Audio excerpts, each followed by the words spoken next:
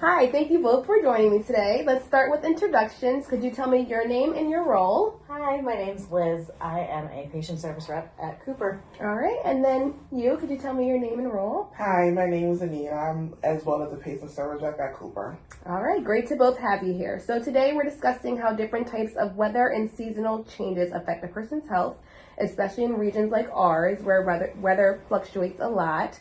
Anita, as someone in health and wellness, what is your perspective? I'm sorry, Liz. It's an interesting topic. From what I've observed, frequent weather changes can lead to increased stress on the body.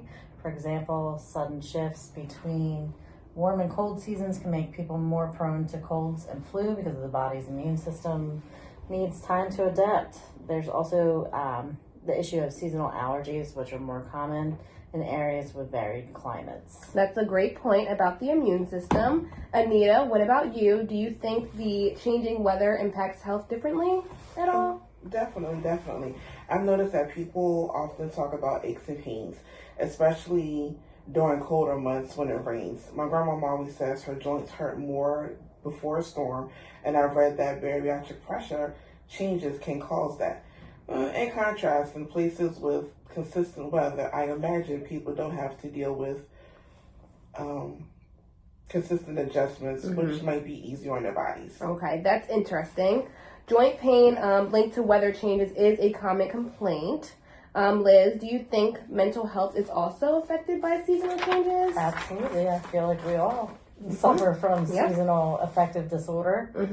It's a great example. It's more prevalent in regions with distinct winters and shorter daylight hours. People feel tired, moody, depressive. On the flip side, when spring arrives, there's often a noticeable boost in energy and mood. These fluctuations can be tough for some people to manage. That is true. Anita, do you think stable climates, say places that are warm year-round, offer a health advantage? I say it's a trade-off. Stable climates might mean fewer seasonal illnesses and less physical strain from adjusting to changes in temperature, but they're not immune to issues. For example, regions that are consistently hot might see more heat-related illnesses like dehydration or heat stroke. It's more about how people adapt to their environment. Great point. Each climate has its challenges. To wrap up, what would you both suggest as ways to stay healthy in a region with changing weather?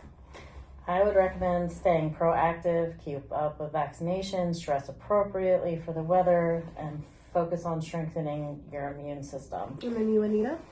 I say being mindful of hydration and staying informed about weather forecasts so you can plan ahead.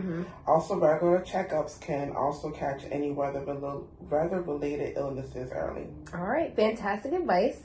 Thank you both for joining me. And Thank thank you for this.